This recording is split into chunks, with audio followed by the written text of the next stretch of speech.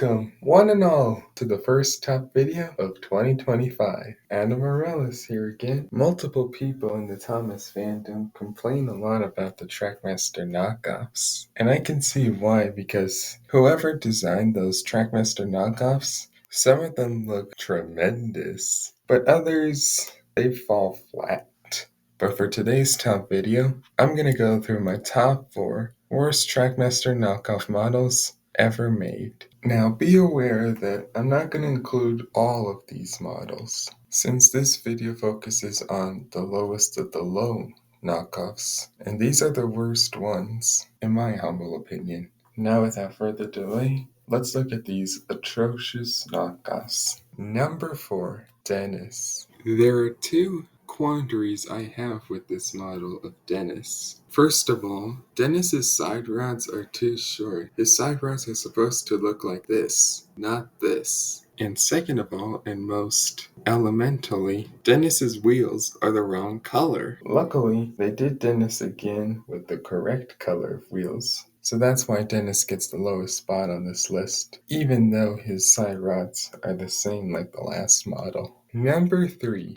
Whiff. You may remember that in my Christmas gift video of 2024, this knockoff version of Whiff was one of my Christmas gifts I received. And boy oh boy, where do I start with this model of Whiff? Firstly, why does Whiff have side rods? In the show, he's supposed to have axle boxes. Not to mention that if you look closely where Whiff's whistle is at in the knockoff, you can see that it's unpainted. And if you compare that side by side to a real Trackmaster version of Whiff compared to the knockoff, you can easily tell the difference.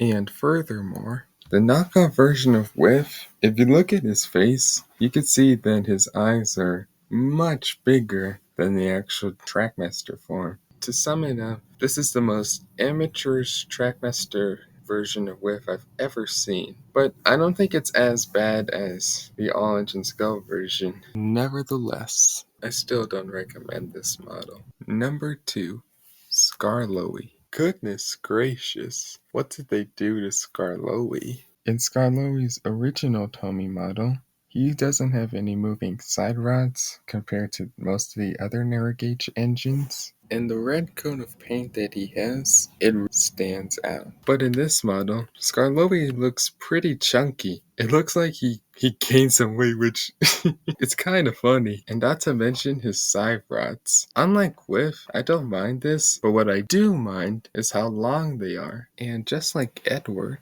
Skarloey's side rods aren't supposed to be this long. On top of that, I dislike his painting scheme. I know it's supposed to be based on the episode Skarloey Storms Through, as well as the fact that this variant of Skarloey is supposed to have water, but it just looks like Skarloey has scrapes all over him, like his paint got scratched. All in all, this model of Skarloey is horrendous. Therefore, I don't recommend it. But I do recommend that you pick up the original Tomy Trackmaster models. Now, before I get to number 1, here are a few honorable and dishonorable mentions. Caitlin, Connor, and Steven. While these models look decent, the only problem I have with these models is that they don't include their tenders.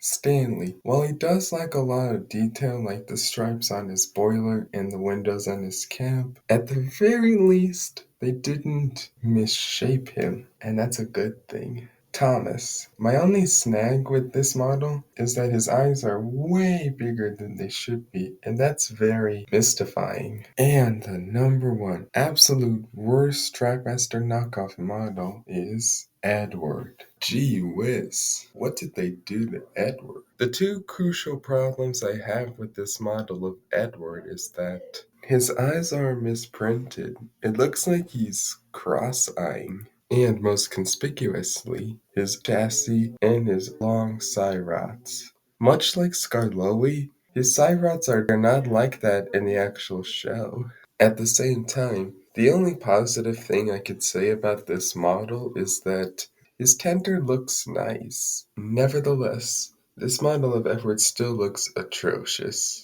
In conclusion, I don't recommend getting these models.